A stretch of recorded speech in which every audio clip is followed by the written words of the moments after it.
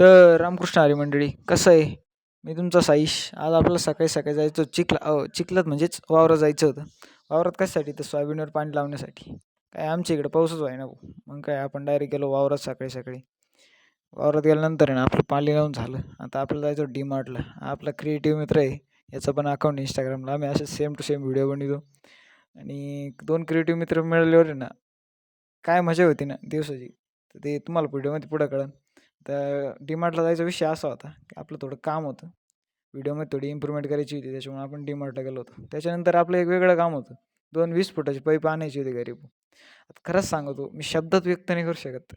इतकं जबर इन्सिडेंट घडला आमच्यासोबत, की ते पाईप घेऊन आम्ही घरी निघालो आणि इतका जबर म्हणजे विषयच नाही हार्ड. एकदम विषय हार्ड झालेला आता.